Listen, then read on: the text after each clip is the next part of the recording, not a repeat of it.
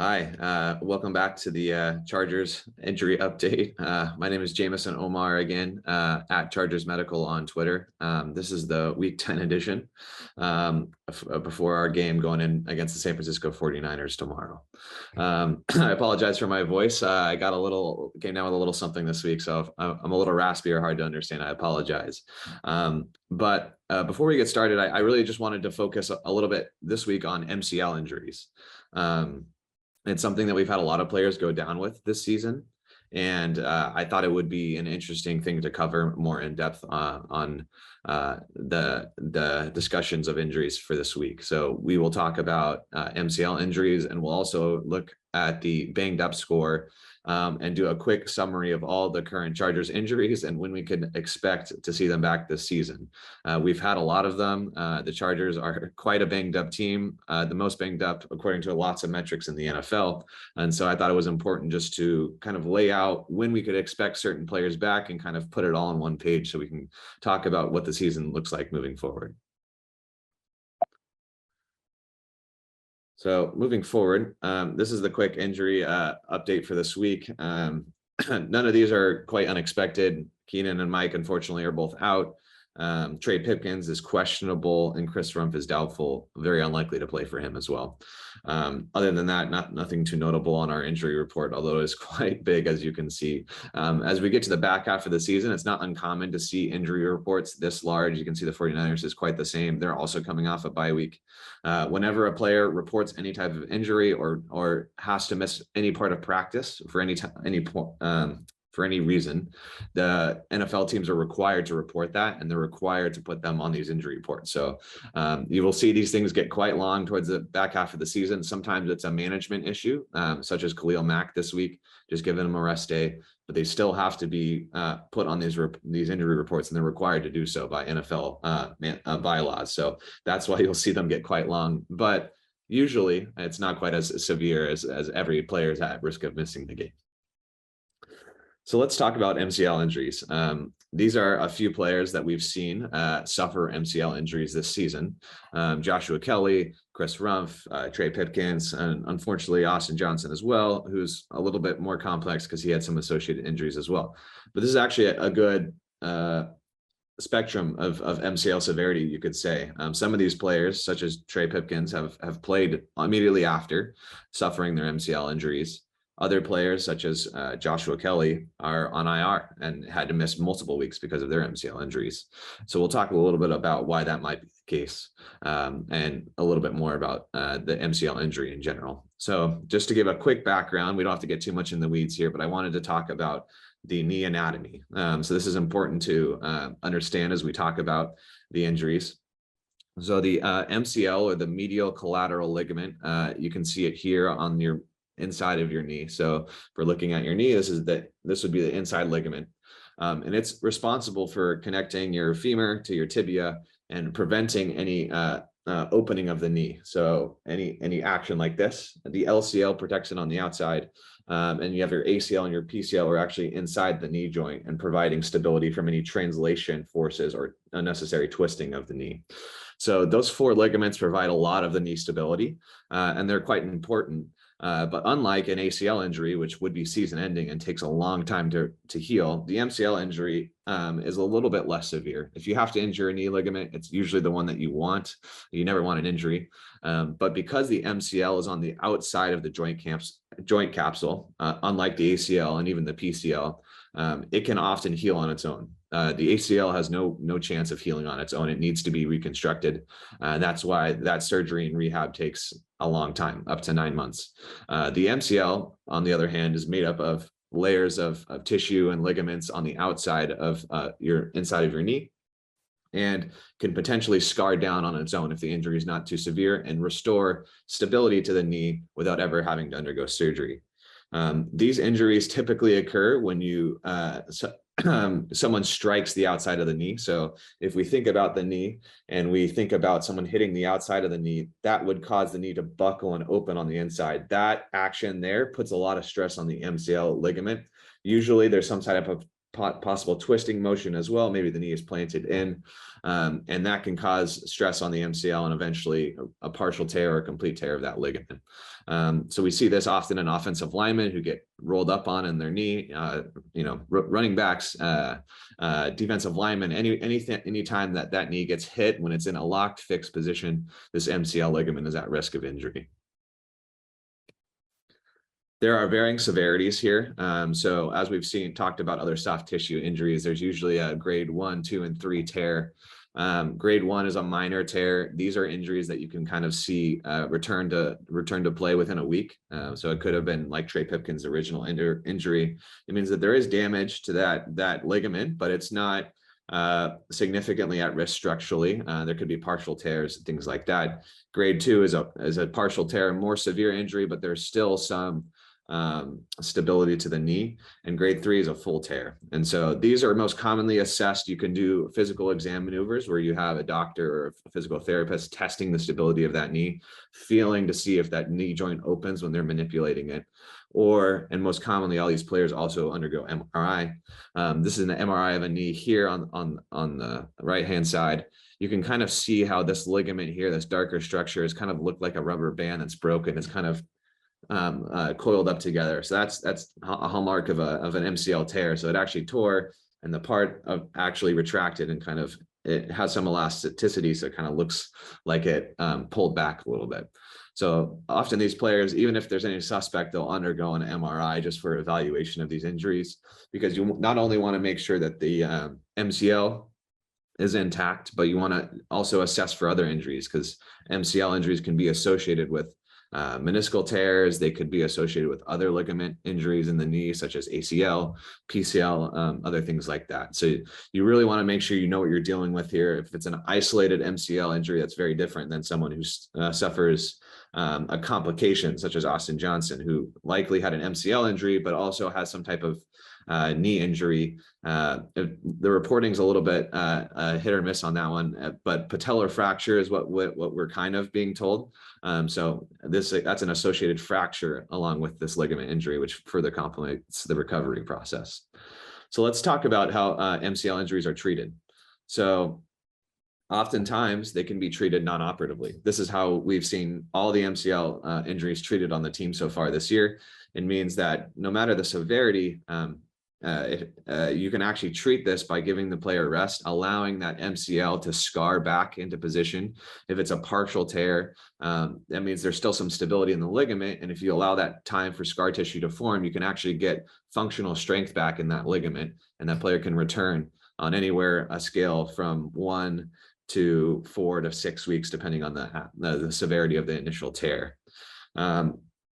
Rarely you cannot undergo a surgery to actually repair the MCL. It's not often done because, again, this can be usually treated non-operatively. But if you have a complete tear, if you have an associated injury, for example, like an ACL tear, they'll often just repair both of them at the same time, because you're already going to be in the knee, and they will give a kind of additional stability by repairing this ligament. So on the left-hand side here, you see this is an MCL repair, so using native tissue, but they also put a brace, so like an artificial ligament, if you will, that's added onto the old MCL to kind of provide additional stability there. And then the other big thing that you can do to prevent this is bracing. So oftentimes you can see offensive linemen, particularly interior offensive linemen, wear knee braces. And those are really to help protect against that exact condition that we talked about earlier, someone falling into the knee and the knee flexing and causing damage to the MCL. So theoretically, these braces do help prevent against that. If someone hits the outside of the brace, there's extra stability in that knee to prevent it from stressing. The data on the bracing is not super great. It has been shown to actually decrease risk of MCL injury. And so a lot of college players and a decent number of NFL players, particularly offensive linemen, will use them. But as you can see, they're quite bulky. So if a player needs to have any amount of mobility, for example, an edge rusher, a running back, you typically will see them not play with this brace. And that's because if you can't have these metal kind of stabilizers on the outside of the knee, A soft brace won't provide the same amount of stability, so it's not really providing much. So you will see Trey Pipkins likely play with one of these if he plays this week or moving forward. Just to help, again, protect that knee. They're not perfect. You can still injure the ligaments with them, but they do provide a modicum of protection. And the rest of that is that the rest of the protection offered in the rehab plan is just making sure that the player is properly rehabbed, that their knee is strong, that their accessory muscles are strong to kind of prevent the knee from being flexed into awkward positions where that MCL can be re-injured. So that's a quick dive into the MCL injuries that we've seen this season. In general, again, a player can miss as little as no time at all. They could play the same week. We've seen that with Pipkins, or they can miss, multiple weeks like Joshua Kelly or Chris Rumpf. And a lot of that has to do not only with the severity of the injury, so that how much tear occurred, or if it's a complete tear, but also what the player is expected to do. Pipkins is not expected to run routes, plant, twist in the same way that Joshua Kelly would need to do, or even Chris Rumpf, bending to getting low, going around an offensive lineman. So those players need a little bit more time for their need to kind of rehab to a point where they can do those physical football activities. Obviously, mobility is important for an offensive lineman, but the level of flexion and the level of stress that the MCL ligament is under is a little bit less. So sometimes players can play through that, as we've seen Pipkins do. However, that can lead to reduced performances. We saw that Pipkins was certainly affected by this injury playing through it, and had unfortunately just gotten back to some type of form that we recognized him earlier in the season when he suffered a re-injury. So it's not perfect, but players can play through it, and the risk there being potential re-injury like Pipkins suffered and potential further time missed. So we'll see if he plays this week. It's a hard call. Nick Bosa's quite an opponent to go up against, and to potentially put Storm Norton or Foster Sorrell against. But if we're thinking long-term this season, we want Pipkins to be as healthy as possible moving forward. And so if we get Pipkins returning at a higher level because he had a week off, and to kind of allow that MCL to really scar down, allow the swelling to go down, kind of get some stability back, we might see, more long-term play being better, but hard to say. So we'll have to keep an eye on him as we go into Sunday to see whether he plays or not. So I just wanted to end talking a little bit about the injury bug that the Chargers seem to have gotten this year. This is the banged up score. So it quantifies on a scale of 1 to 100 how banged up a team is, and metrics like how important the player is. So if a second or third stringer gets injured, they don't affect this metric as much because they're not expected to see the field as much, versus a player like Joey Bosa getting injured, someone who's expected to see the field a lot, they'll affect this metric more. And it also will change week to week based on injury expectations and when a player is expected to come back. But as you can see down there at number 32, and by quite a good margin, by over 7 points, the Chargers are about, expected to only have half their active players or active snaps being occupied by what was once thought as starters at the beginning of the season. So it's something that we've had to deal with, unfortunately, and it's something that looking forward, we can hope to get better to a certain extent, but injuries are part of the NFL, and there's no guarantee that the injuries that we do have will continue to get better or that we won't suffer new ones. So I wanted to do a quick injury roundup. I know this slide can be a little intimidating. There's a lot here, but I wanted to do a quick roundup, just a touch point on every player and when we can expect to see them back, if we can expect to see them back. So starting with our season-long injuries, players who I do not expect to return at any point during the season, and likely will be with some residual injury moving forward. So those are players like J.C. Jackson and Jalen Guyton. Again, soft tissue ligament injuries take a long time to heal, particularly in the lower extremities. So those ones are certainly out for the year. Austin Johnson, I put in this group. We still don't know exactly the severity of his fracture. There's, possible, if that's not a severe fracture, that he does get to return at some point very late in the season. But that will, again, probably depend on the severity of the injury and the fracture, and also how the Chargers season outlook is doing. If it's looking like we're going to be playoff contenders, he might make a push to try to make it back to the field at some point. But for now, we're going to treat him as a season-long loss. Rashawn Slater, again, is similar to Austin Johnson in the fact that he suffered his injury in week 3. Bicep tendon ruptures are estimated to take between 3 to 4 months to heal. 4 months for him from that injury would put him, deep into week 17, 18, or early playoff rounds. And again, I think it'll have to depend on how the Chargers are looking and what the competition is looking like at that point about whether the Chargers feel comfortable bringing him back. We've had pretty good stand-in play from Jamari Salyer, as way better than we could expect, I believe, at this point in the season. But if there's a chance for him to come back, and I'm sure he wants to come back in a safe manner, there's a chance that we do see him activated in the playoffs to return to play. So potentially season long. Again, if it's looking unlikely, if the playoff scenario is looking difficult, they might choose to just protect his long-term health and long-term ability. But theoretically, there is a chance for him to return very late in the season. Going over to our injured reserve players. So these are players who are currently on injured reserve with a chance to be reactivated. Most notably, Joey Bosa, return to play estimated week 11 would be an 8-week recovery. Week 14, which is probably more likely, would be closer to a 10 or 11-week recovery for him.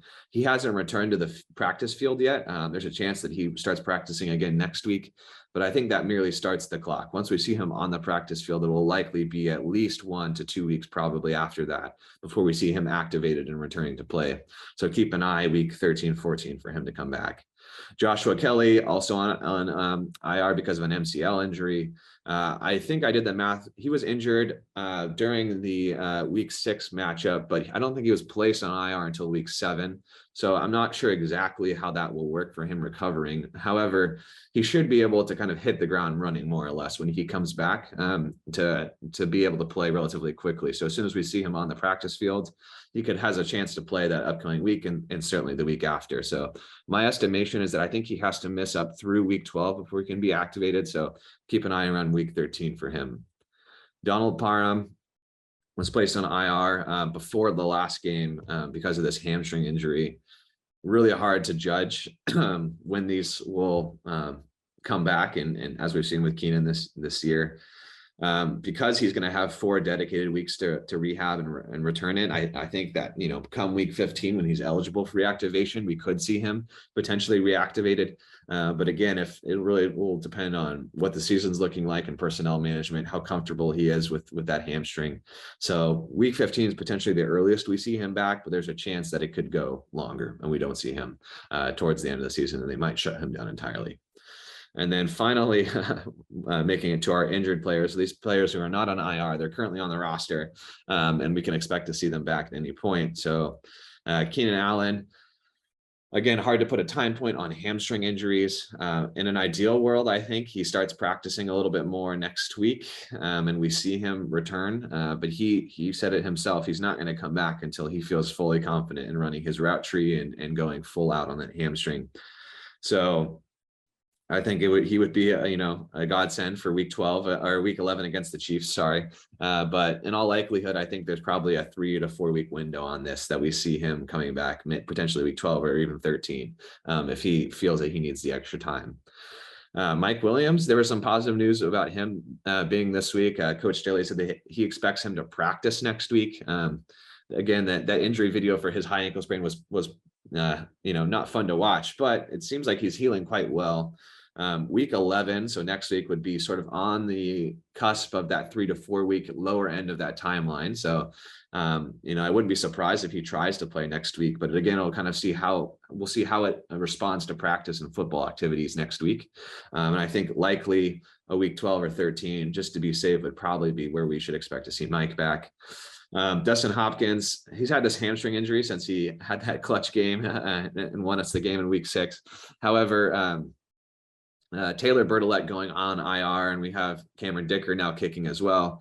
I think that will likely depend on when he comes back. So, we could see him next week, but I think we have 3 practice elevations or 2 remaining for Cameron Dicker. So it's possible that we see him activated this week. We see Dicker kick again the following week against the Chiefs, and then see Dustin Hopkins return in week 12 from that hamstring injury. But we'll have to keep an eye on that as well, because he could come back next week. Chris Rumph, doubtful to play this week. I highly doubt he will play. But the practice progress was positive, and so we could potentially see him in week 11 next week play against the Chiefs. They needed all the help they can get on the edge. So, but I wouldn't be surprised again if he goes through a full week of practice, and they do tend to limit his snaps when he comes back, and then potentially not a full activation or full go until week 12. And then lastly, on this very long list is Pipkins, who has a potential to play this week. He may very well play against the 49ers. However, given the injury, given that it's a re-injury, I wouldn't be surprised if they choose to rest that and roll the dice with either Foster Sarell or Storm Norton there. I know that's a scary thought for many Chargers fans, but we have to think about, do we want Pipkins, at potentially, some percentage of his full strength, let's say 2/3 this week, or in a slower recovery process or a quicker recovery process, and have him back at 80% against the Chiefs. It's a hard question to answer, and it's something that the Chargers medical staff and the players are dealing with week to week, but that's probably their thinking kind of going through. So that's a quick rundown of all the current Chargers injuries. Obviously, I didn't touch on players that have already recovered, like Herbert, but it's good to see him back and playing. But it's been a hell of a season, and we're just about halfway through, so we got a long way to go. And the optimist in me would love to see these players come back. We see a lot of week 11 through week 13 returns for most of our injured players, so there's a world in which this team gets healthy, and this team gets healthy at a time when they're still competitive and can push for an AFC playoff spot. There is a world in which these injuries don't go our way, or we see further ones, and that all just remains to be seen. So thanks again for tuning in to this week 10 Chargers injury update. Again, if you want any Chargers injury updates, you're kind of interested in that stuff, give me a follow on Twitter at Chargers Medical. I usually post live injury updates and things like that as we go through the game and as we hear about it during the week. But it's been a pleasure as always. Thanks for having me. Guilty as Charged podcast. And hopefully I won't have to see you guys very soon.